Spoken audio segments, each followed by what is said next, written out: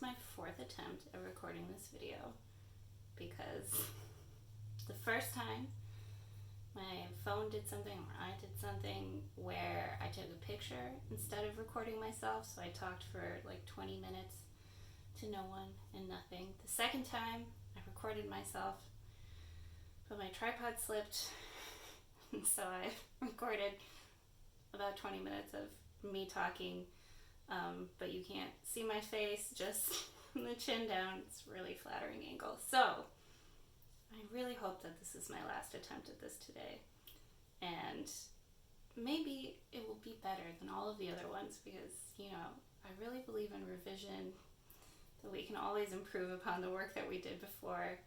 It's an important part of the creative process. So here I am, attempt number 4. Been trying all day to talk to you about some of what I think are the most important and compelling themes in The Haunting of Hill House. I'm going to try to give warnings if I talk about anything that is kind of a spoiler for plot developments at the end of the novel.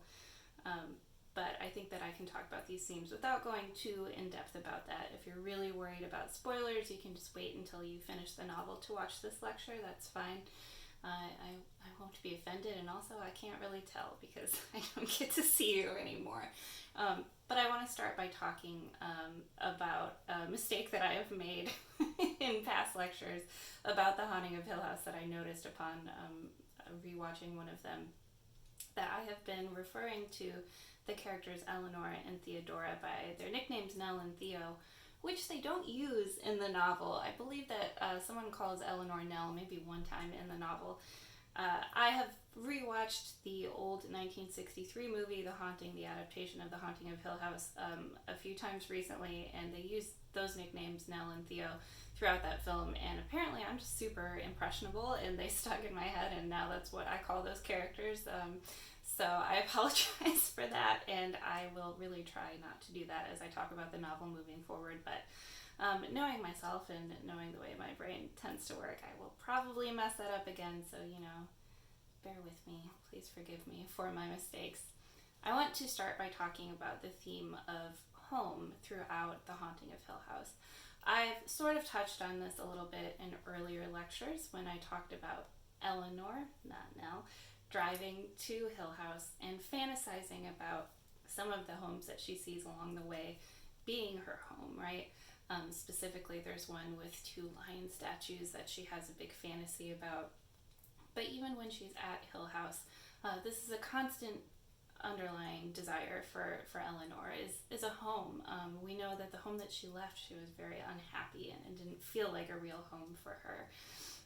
She wants something more than just a place, right? She wants a life. She wants to belong. She wants relationships that are meaningful and not just people using her for the services that she can offer, right? Even her first night in Hill House, when she is sitting in the parlor room around the fire, and I think they're drinking brandy or whiskey, some kind of fancy liquor. She's sitting there with Dr. Montague and Theodora and Luke and thinking, these are my friends, I belong, I'm one of them. So we see over and over again how desperate she is for this sense of belonging as well as a home. And before she actually physically enters Hill House, like literally right before, she is experiencing a big sense of foreboding, I think. I believe that she even thinks that the place feels evil. She doesn't want to go inside. She's desperate for a home, but feels like, I shouldn't go in here. This kind of push and pull of not wanting Hill House, but also wanting Hill House is a constant throughout the novel for Eleanor, right? Terrifying things happen to her while she is in Hill House, and to pretty much everyone while they're in Hill House. But, big spoiler alert, throughout the novel, she is more and more drawn to the house and feels that she belongs there and can't leave, that it's her place, right? So even though these things are terrifying to her, it seems as though she becomes trapped there, whether she's entranced by the house or the house has some sort of power over her or kind of chose her out of everyone there. It becomes her home, and not in a good sense. It becomes her home in a way that she is trapped there in death. Again, major spoiler. So I think that this is a really, really important theme, but also really fascinating to consider in the context of when the novel was written and published, right? So this is published in 1959. A lot of stuff was happening in terms of like women finally beginning to make noise about not wanting to be in the home anymore, right? We have feminism really like beginning to take off throughout the US at this point. Housewives making a stand, and this was controversial in the culture at the time. It was not considered proper or ladylike to not want to be a housewife, to not want to get married and have children and take care of them and take care of your husband and clean your home. You know, at this time in America, women really were told that they belonged in the home. I don't think that it's an accident that the sort of domestic character in The Haunting of Hill House, my low-key favorite character, Mrs. Dudley, who I just find very, very funny, she is miserable in every scene that she's in. She's pretty angry. I think this is worth noting, right? So I don't think we can separate this theme of home from the historical context, especially because Shirley Jackson is the writer, and she has been very vocal about wanting to write stories about women because she felt that there weren't enough stories being told from that point of view. So she's absolutely trying to make a statement about women in the home, right? And the home is a sort of trap for women, a very literal trap here for Eleanor, but a metaphorical trap in real life. So I don't think that this is a connection we can skip over. And I would be really interested to hear if you can think of other kind of connections to the historical context with this theme or other themes. Fascinated by that always. Another big theme is sort of duality or opposites throughout the novel. There are lots of these. I would love to hear some of them that you pick up on as you read. The biggest one for me is just the kind of dual characters, not dual is the wrong word, but foil characters. We have Eleanor and Theodora are opposites, but they're also fast friends. Eleanor much more desperate for that friendship really than Theodora, who seems to just take it easily and seems as if she would expect like anyone to want to be her friend because she's just easygoing and cool and creative and free-spirited. Eleanor right away seems to really admire her and look up to her, and Theodora right away seems to sort of worry about Eleanor and pity her. Their actions are contrasted throughout the novel. We even have Theodora sort of wonder if Eleanor is just looking for attention in all the ways that Hill House has really affected her.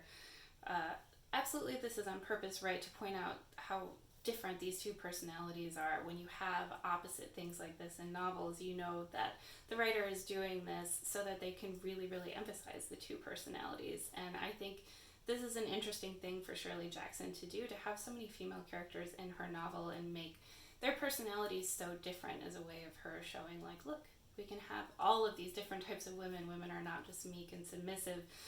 Women can be cool and daring like Theodora.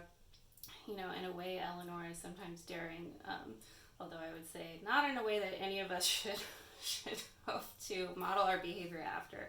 Please don't try to behave like Eleanor. Don't come away from this course with that as the message. That is the opposite of what I want for all of you. But these are really interesting themes to think about, and also the duality or sort of opposite effect of the inside of Hill House versus the exterior and the rest of the world.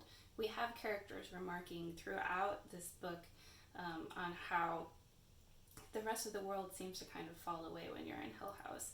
They even say that they feel like they can't really imagine the outside world anymore, which is very strange when they have only been in this place for like 2 days.